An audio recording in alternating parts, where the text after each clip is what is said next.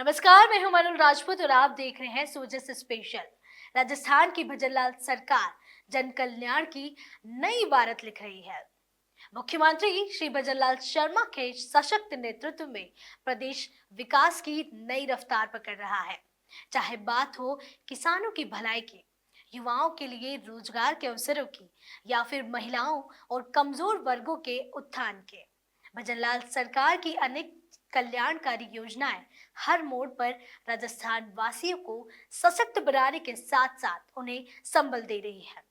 तो आइए नजर डालते हैं विकास की एक और नई कहानी पर।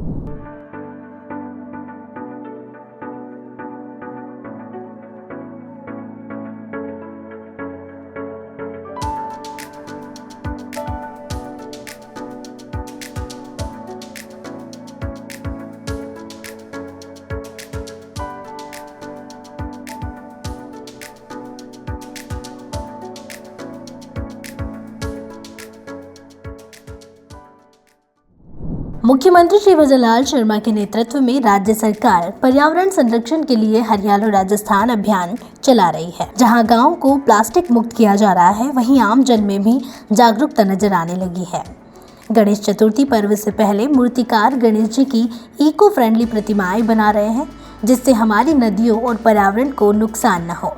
वहीं लोग भी पर्यावरण संरक्षण के लिए इको फ्रेंडली गणेश प्रतिमाओं की खरीदारी कर रहे हैं। 27 अगस्त को पूरे देश में गणेश चतुर्थी महोत्सव धूमधाम से मनाया जाएगा। गणेश महोत्सव को लेकर अजमेर में तैयारियां जोरों पर है। इसी बीच शहर के रावण की बगीचे क्षेत्र में रहने वाले श्री मुरलीधर अपनी कला से लोगों का दिल जीत रहे हैं। मूर्तिकार श्री मुरलीधर पिछले लगभग 25 सालों से गणेश प्रतिमाएं बना रहे हैं। खास बात यह है कि वे केवल मिट्टी की प्रतिमाएं ही बनाते हैं। उनका कहना है कि मिट्टी की मूर्तियां इको फ्रेंडली होती है, जबकि प्लास्टर ऑफ पेरिस से बनी मूर्तियां पर्यावरण को नुकसान पहुंचाती हैं। मूर्तिकार श्री मुरलीधर के दोनों पांव बचपन से नहीं हैं, लेकिन इसके बावजूद वे मूर्तियों को खूबसूरत आकार देते हैं। उनका जुनून और मेहनत लोगों के लिए प्रेरणा का स्रोत बन गया है। राज्य सरकार के अभियान के तहत गांव-गांव प्लास्टिक मुक्त बनाए जा रहे हैं। वहीं शहरों में भी अब त्योहारों को पर्यावरण के साथ तालमेल बिठाकर मनाने की पहल हो रही है। हम विनय भावी नगर से आए हैं, खड़े गणेश जी के पास, वहाँ से आए हैं और हर साल हम इन्हीं से लेते हैं और बड़ी धूमधाम से 10 दिन तक इनकी सेवा करते हैं गणेश जी की, और बड़े आराम से मोहल्ले वाले मिलके बड़े धूमधाम से मनाते हैं। सर, हम इनकी सुबह शाम आरती करते हैं और जो मोहल्ले वाले जैसे हैं वो घर वाइज आरती करते हैं। इनकी उनका नंबर आता है कि वो आरती करते हैं और फिर शाम को कीर्तन करते हैं और लेडीज़ गाना बजाना करती हैं। फिर लास्ट वाले दिन हम इनको बड़े धूमधाम से विसर्जन करने जाते हैं। हम बैंड बाजे के साथ, ढोलक के साथ, गाने बजाने के साथ विसर्जन करते हैं। हम सुबह 7 बजे उठ के गणेश जी के आसपास की सफाई करके वहाँ पंडित जी के माध्यम से 8 बजे पूजा करा के, आरती करा के, उनको भोग लगा के पूजा करें। अलग अलग सजावट इनकी, और जैसे मीठे के साथ अलग अलग तरह के पकवान, उस हिसाब से। हाँ, कभी कचौरी, कभी पकौड़ी, रसगुल्ले, गुलाब जामुन। 10 दिन तक तरह तरह का भोग, रिपीट नहीं होता। इस बार गणेश चतुर्थी केवल आस्था और उल्लास का पर्व ही नहीं, बल्कि पर्यावरण संरक्षण का संदेश भी लेकर आ रही है। राज्य सरकार, समाज और नागरिक सभी मिलकर प्रकृति के प्रति अपनी जिम्मेदारी निभा रहे हैं। इको फ्रेंडली मूर्तियों का ये ट्रेंड आने वाले समय में बड़ा बदलाव ला सकता है। कोटा में गणेश चतुर्थी को लेकर के तैयारियां जोरों पर की जा रही है। हर चौराहे पर, बाजारों में गणेश प्रतिमाएं बनाई जा रही हैं।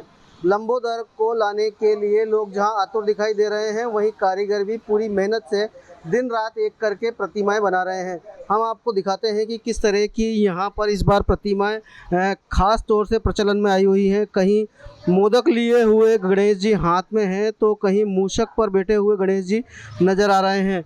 हम आपको बताएं कि कोटा में करीबन 1000 से ज़्यादा बड़े पंडाल गणपति के लगाए जाते हैं, जहां पर नियमित पूजा अर्चना की जाती है और उसके बाद अनंत चतुर्दशी को लेकर के इनका विसर्जन होता है।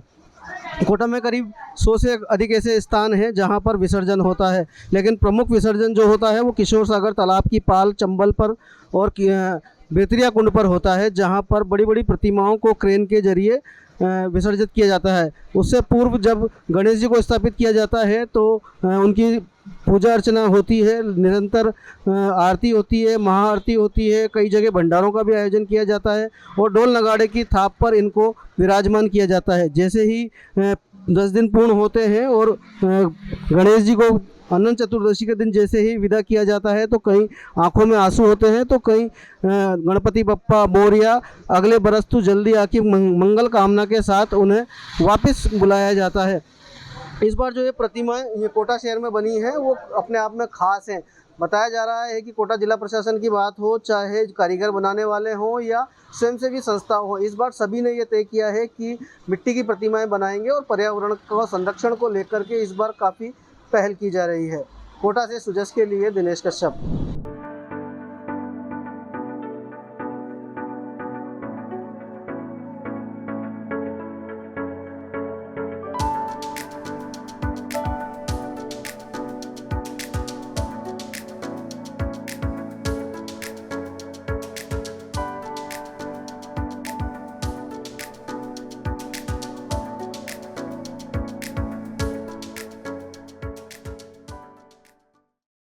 सुजस स्पेशल में आज के लिए इतना ही। फिर मिलेंगे जन कल्याण की किसी नई कहानी के साथ।